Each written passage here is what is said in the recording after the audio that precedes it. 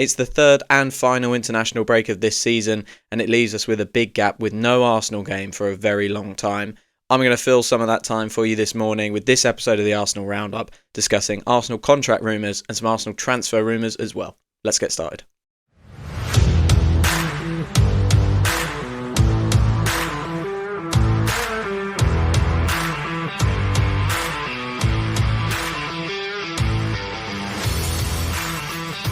Hello and welcome back to another episode of Arsenal Unfiltered, your 3 times a week dose of Arsenal coverage with me, your host Mark. Today's episode is episode 12 of the Arsenal Roundup, the semi-weekly news show where we talk about everything that's going on with Arsenal. It's been a while since we've done an Arsenal Roundup, and the reason it's been a while is people seem to have been enjoying the preview shows. So I've done more preview shows recently.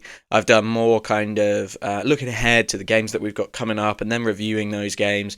And there's only, so much time in your podcast listening calendar that I can fill. So I've been talking a lot about matches because it's been really interesting. So the Arsenal Roundup has been less present. If you enjoy the Arsenal Roundup, leave a comment wherever you get your podcast from or leave it in a review.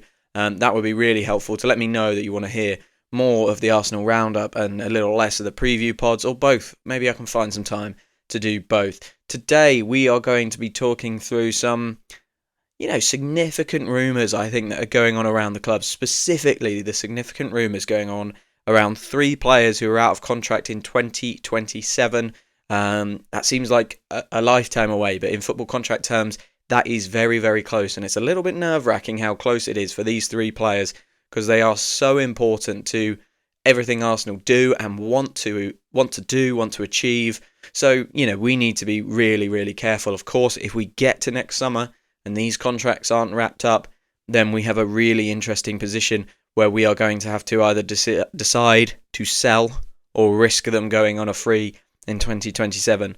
These are 3 players who cannot go for a free transfer. So we'll be talking about their contracts, of course, with some news coming out in the past week, but we'll also be talking about another transfer rumour around Arsenal for this summer. One that a couple of years ago I think would have made sense, but I'm not 100% certain I agree with it right now. So that's all to come. I'm also going to talk a little bit about Miles Lewis-Skelly and his England call-up. I think they play on Friday night, England, so I'll try and watch that, and if he is involved a lot, I'll probably do some reviewing of that. If he's not involved too much, then maybe we'll find something different for this weekend's podcast. But let's get back to those contracts that I was talking about, and let's start with Bukayo Saka. This is the most recent news. This is the most exciting news, if you ask me. We've got a rumour from Sami Mokbel, and he's a pretty good source. He is a pretty good source. So I'm confident that this is true, that Arsenal are set to open Bukayo Saka. Set to open Bukayo Saka? Don't do that. Set to open talks with Bukayo Saka over a new contract. Like I say, he is out of contract in 2027. He recently, I say recently, he signed a contract in 2022, a 5-year contract, and that made him one of the club's best earners at the time. I think he's now been surpassed by the likes of Kai Havertz, but he is still, an incredibly important player for Arsenal. We are missing him so much at the moment, aren't we? And I am just so glad to see rumours like this coming out. It's something that we have to be better at. There was a period in Arsenal's kind of history where we weren't doing these deals early enough, and we were losing players for the cheap or on free transfers as well. And it was very, very frustrating. We were allowing contracts to run down, and it wasn't the right way to run the club. I much prefer the new strategy in the club from the kind of executive leadership. I presume this comes from as a strategic directive to make sure that with 2 years left, contracts are being dealt with. If we need this player, if we want this player to carry on, and of course if there is a great deal of interest in the players, we are getting in there nice and early and kind of really working through how can we keep these players at the club. And Bukayo Saka fully fits that bill, doesn't he? I think a few years ago, Manchester City were linked with him just before, we were really title challengers, before we were one of their main rivals, probably that summer of 2022, before we started our 2022-23 run. He was, a target of theirs, and we managed to keep hold of him. There will be no lack of kind of clubs looking at Bukayo Saka if we don't sign into a contract this summer. there will be vultures everywhere snooping around thinking, okay, there's a chance in the summer of 2026 now. So it's something that we have to get done, and I think it is job number one on Andrea Berta's list. Andrea Berta, it's difficult to tell if he's started, right? We haven't had an official announcement from the club, but we have had very, very strong confirmations from the likes of David Ornstein and the Athletic in general saying, Andrea Berta will absolutely be the new sporting director at Arsenal. So I feel pretty confident saying that. And it's tough to tell whether he started. I actually got it wrong in my podcast about the directors of football. I thought he was still at Atletico, but he had actually left in the January. So he is able basically to start whenever. And I presume that he has started, but the club are just not announcing it because actually we should be focused on this season. Maybe they don't want it to be quite as high profile as it has been with Edu in the past. Of course, Edu comes from Brazil. He's a former Arsenal player, and I think there was probably a benefit to the club for kind of getting him out in front with him being a former Arsenal player, of course, but then also his Brazilian links means that's their model out there. Sporting directors do a lot of talking to the media in Brazil, kind of a similar amount to the managers. So maybe they thought, we'll use this and leverage this. Maybe with Andrea Berta, it's kind of, we want this to be a bit more of a quieter background role again and allow Mikel Arteta to be the sole face of the club, kind of leading from the front. So maybe he's started, and maybe that's where this story has come from. Maybe it is the kind of scenario where Andrea Berta's first priority when he's walked in the door is to get Bukayo Saka tied down to a new deal, and I would be fine with that. I would be absolutely fine with that. We cannot afford to lose Bukayo Saka. I really hope, although I do believe that this is a dying thing in football, I really hope Bukayo Saka is a one-club man. Another player who I would love to be, well, he won't be a one-club man, but to stay with Arsenal for the rest of his career is William Saliba, but I don't think that is going to be the case, unfortunately. Now, it was a little while ago that these quotes came out, but I think it makes sense to just chat about it all in one go because we have three big players out of contract in 2027. Bukayo Saka, William Saliba is number two. He spoke after the 7-1 win against PSV. Oh, that was such a good day, wasn't it? Such a good day. He was asked about, will he be continuing? He's got a 2027 contract, and there's been lots and lots of chat about Real Madrid wanting William Saliba. Now, there's a really interesting development going on that Dean Howson from Bournemouth is now on the Real Madrid radar as well. And they're also really, really impressed with Raul Asensio, who has come through their academy and is playing centre-back for them at the moment. We might see him in our two-legged tie against them. So I wonder if maybe this is just going to cool off a little bit from the Real Madrid side. If they land Howson, and they've still got, an ageing, to be fair, but they've still got Rudiger, they've got Alaba, they've got Asensio coming through, maybe the Saliba interest cools off.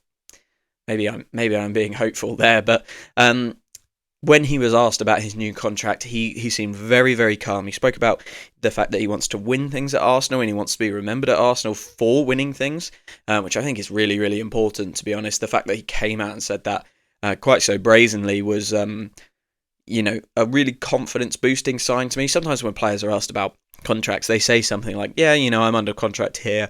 I'm not in any rush and we'll see what happens. But William Saliba kind of spoke about a real tangible intent that he wanted to do before moving anywhere else. So that filled me with a bit of confidence, thankfully. And he said there's no rush, the contract talks haven't started, but he's happy here. He wants to win trophies at Arsenal, and he is ready to kind of sit at the table whenever it comes around. Now, William Saliba earns a significant amount of money, but I would imagine it will be added to once more, which is quite incredible, of course. He is going to be a very, very well-paid young man, but I think he's earned it, right? I think he has earned it. So that's a very, very exciting position, for a year of lots of bad news for Arsenal, injuries, bad refereeing decisions, kind of a lack of transfers coming in, attacking problems. It's always nice to get the good stories, and if we manage to sign Saka and Saliba onto new contracts in the summer, that will absolutely be a very, very good story to come out of this season. And the final player who is out of contract in 2027 is, of course, big Gabriel Magalhaes. Now, this is a strange one, isn't it? Because where we're hearing Saka's getting a new contract and Saliba's ready to come to the table and talk about it, the only thing we're hearing about Gabriel is this Saudi interest, which keeps plugging on. It's come back into the news recently, and I want to talk about it a little bit because this happened 2 seasons ago, didn't it? He started the year not in the team, and we played I remember it. We played Partey at right back. We played Ben White and Saliba in the centre, and I can't remember who was at left back, but I remember seeing that lineup come out for the first time and going, "Oh my word!" And Gabriel wasn't injured. There was no reason for him not to be starting, but he was on the bench, and I think there was an early suggestion of like, this is a tactical switch Arteta wants to make for this season.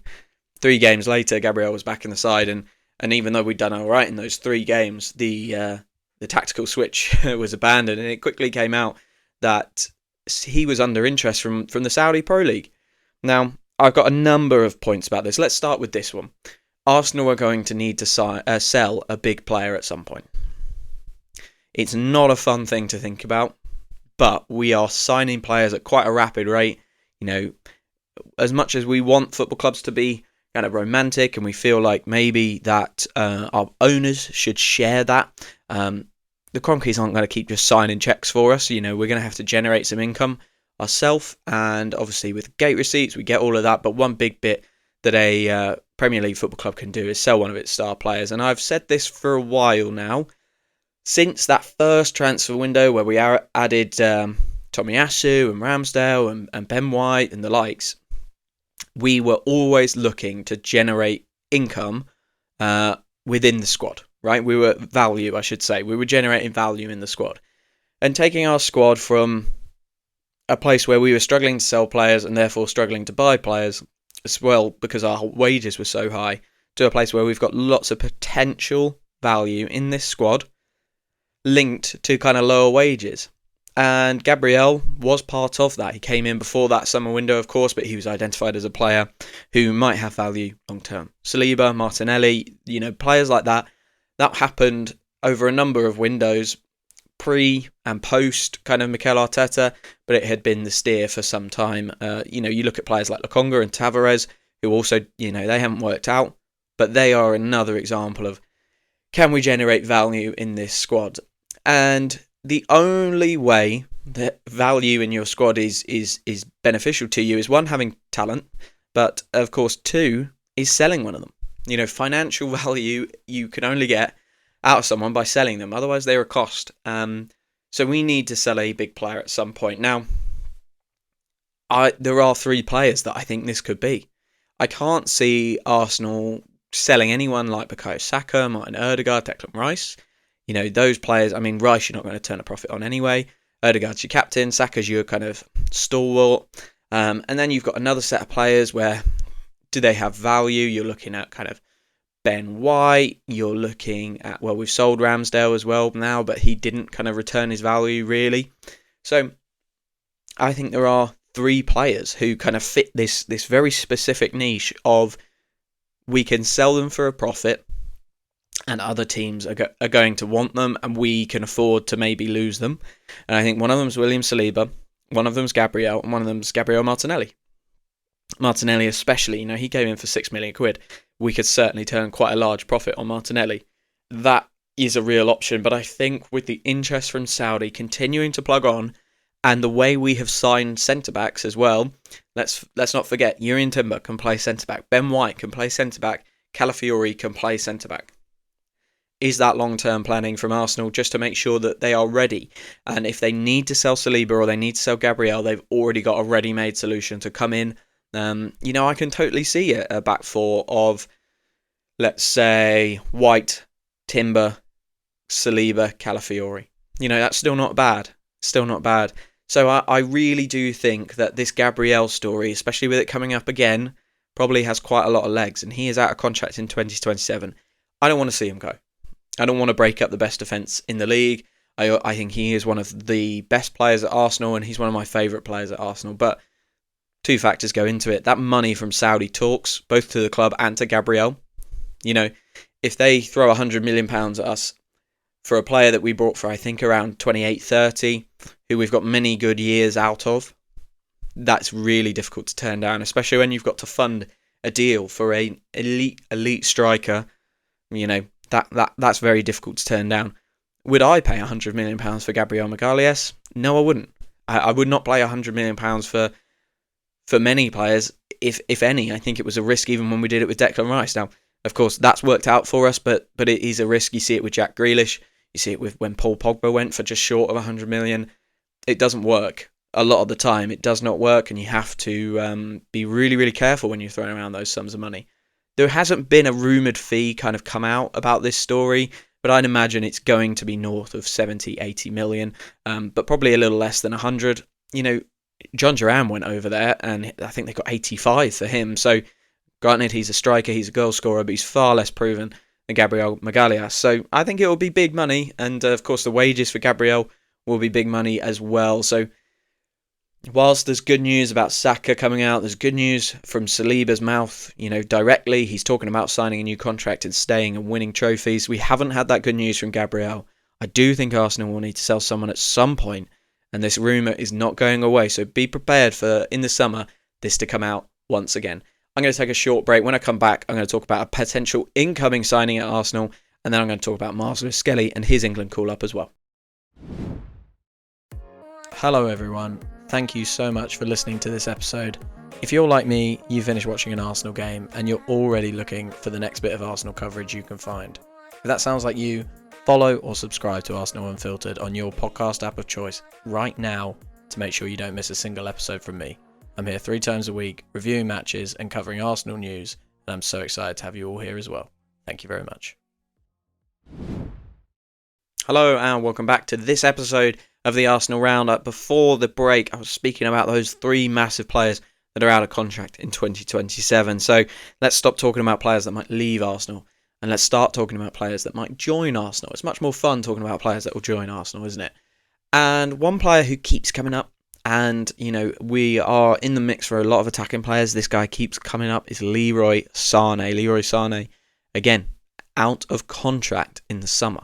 So this is another opportunity for the contract situation to be exploited.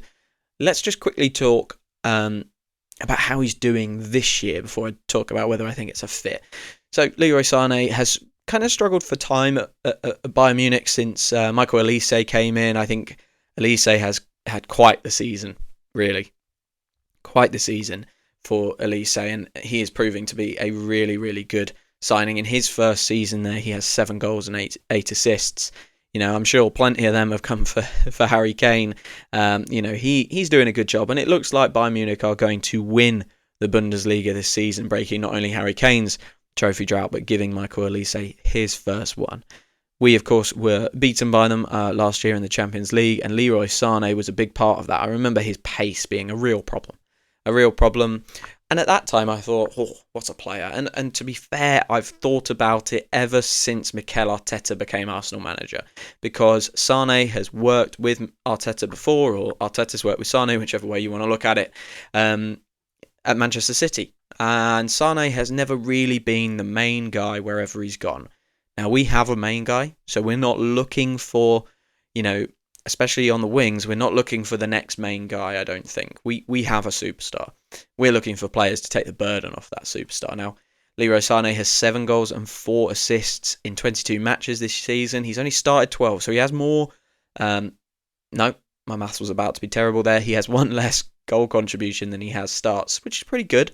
And I actually think his goal or assist per 90 rate will be pretty good based on that. I can't see it at the moment on this page I'm looking at, but we'll definitely bring that back up. Yeah, wow, a goal or assist every 0.88 get 90s. Wow, nearly a goal or assist every game. That's really, really good. For context, I think Bukayo Saka is the only Arsenal player who is over 1 goal or assist per game. So yeah, Leroy Sane having a decent season but not getting as many minutes as he would have liked. That might be partly due to his age. He's 29 now. And somewhat ironically, as a 30-year-old, I'm going to tell you, that might be a bit too old. That that might be a bit too old for Arsenal. And this is where I think this rumour starts to fall down. Yes, he's out of contract in the summer, but Leroy Sane is surely looking for his final club to go and have an impact on. He's not looking for a final paycheck yet, but he is, I would imagine, also wanting to be one of the main guys. Now, for me, I don't know if he gets in at Arsenal, because he is a right winger plays off the right, with a left foot, and he's not going to take that spot off Bukayo Saka. Arsenal was so invested in Bukayo Saka, as we spoke about at the start.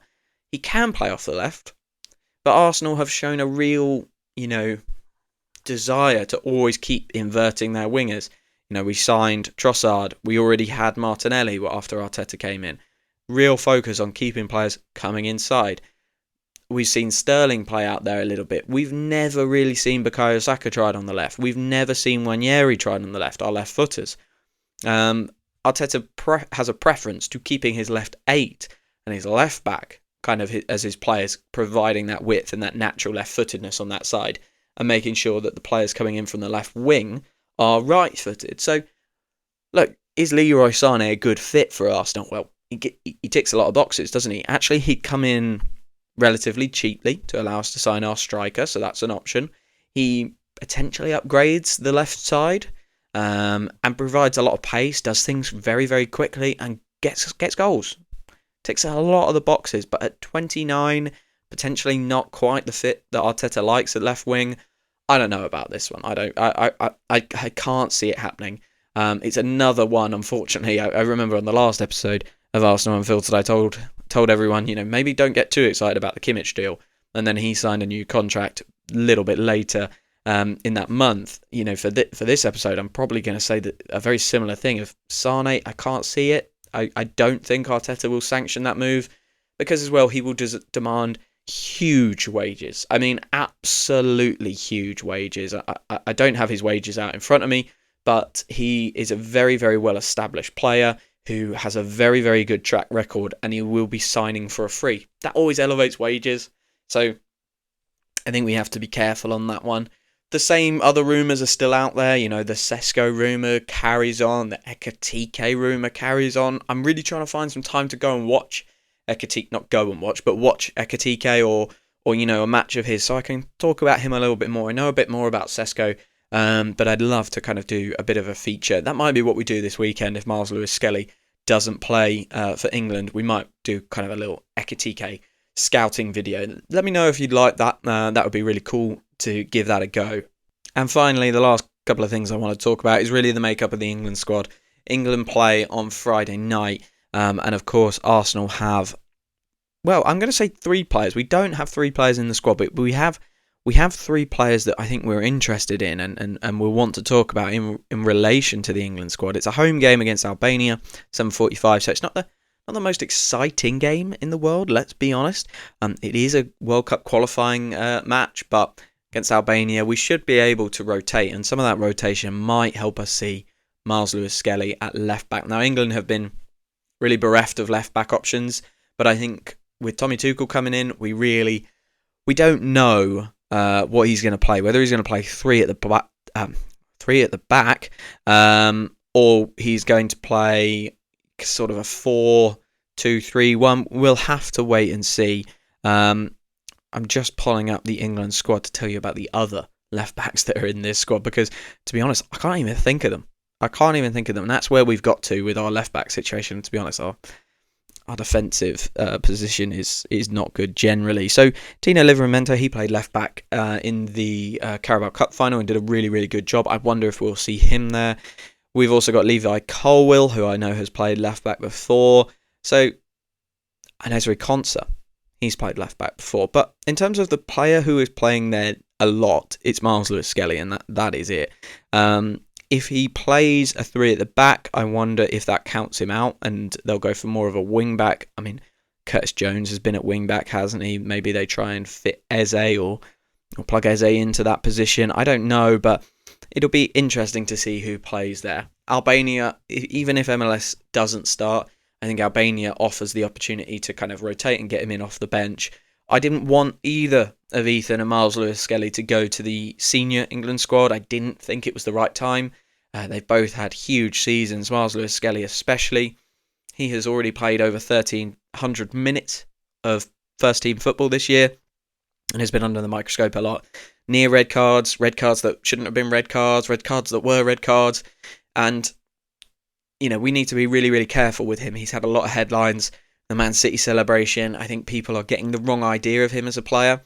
And I would have rather he went to the under-21s and had a low-profile week. But that's where we're at. He is with the senior squad. He is likely to get some minutes, whether that be from the start or off the bench. We will probably see him in some capacity. So let's hope he has a good game. Declan Rice is the other player who was called up for the England squad standard. He is the best England midfielder out there, certainly alongside Jude Bellingham. I don't think there's a conversation really there. He is going to play. Unfortunately, I wish he was sat on a beach somewhere, but he is going to play. Hopefully, Thomas Tuchel is kind of cognizant of our needs as Arsenal fans. Maybe he's got a soft spot for us. Who knows? And we'll take him off after 60 minutes and put his feet up. The other player I want to talk about is Ben White. Now, there is an opportunity for Ben White to come back into the England squad, and I think looking at that list of defenders there, in fact, I'm just going to read it out to you, just to kind of tell you about how our defensive position has declined since John Stones really became a non-option because of his injuries. Dan Burn, obviously playing well. Levi Colwill, Mark Gahey, Reece James, Ezri Konsa, none of them guys having they're having okay seasons. Miles Lewis-Skelly, extremely young. Tino Livramento, decent player. Jarrell Quansah, not a first-choice Liverpool player. And Kyle Walker, obviously shipped off to Milan now and out of the kind of Manchester City setup. That doesn't strike me with much confidence. If you threw John Stones in there, yes, I'd be a little bit more comfortable. But if you added Ben White in as well, I would definitely be a lot more comfortable. And if you were playing a back three, you could do a lot worse than Ben White, John Stones, and let's say Colwill or Gahey. That would be quite a good back three, actually. So I quite like that as an idea. But there is a chance that he comes back now that Tommy Tuchel is the kind of the lead manager, head coach kind of guy. And I think that would be good for Ben White's reputation. I'd like to see him back in the fray, but I must admit, I do like the fact that one of our key players has not been involved with his international side for so long, and he regularly gets a break. I have enjoyed that. So it will be mixed emotions for me when Ben White does get back in the England squad, because he is clearly good enough, and I'll be very, very pleased for him. I think he's a very, very likeable guy, seems very down to earth, and I just love him as a player. On the other hand, I've enjoyed him sitting down and having a rest and looking after those tanned legs of his. So he is not in this set of the England squad because he's still so early from his injury, and we've not seen him super involved for Arsenal yet. So that makes sense. But I would imagine for the next international squad, we will see Ben White in it, because Tuchel needs him to help out that defence. It's really struggling. So that's it. I'm going to leave this episode of the Arsenal Roundup there. Like I said in the middle, if you've liked this episode, give me a follow wherever you get your podcasts from, or leave a review. Both really, really help Arsenal Unfiltered grow. Like I said, I'm not really sure what's going to happen with this weekend scheduling. It might be an Ekatike kind of podcast, watching his kind of highlights and watching a game of his, seeing how he gets on, so we know a little bit more about that target that we're in for. Or it might be talking about Miles Lewis-Skelly and his hat-trick for England versus Albania. Who knows? But I will bring you something this weekend. Stay strong during the international break. I know it is boring without Arsenal, but we will make do, and Arsenal Unfiltered will be here bringing you content to keep you entertained whilst Arsenal aren't on your TVs. For now, all that's left to say is thank you for following, thank you for listening, and I'll speak to you very, very soon.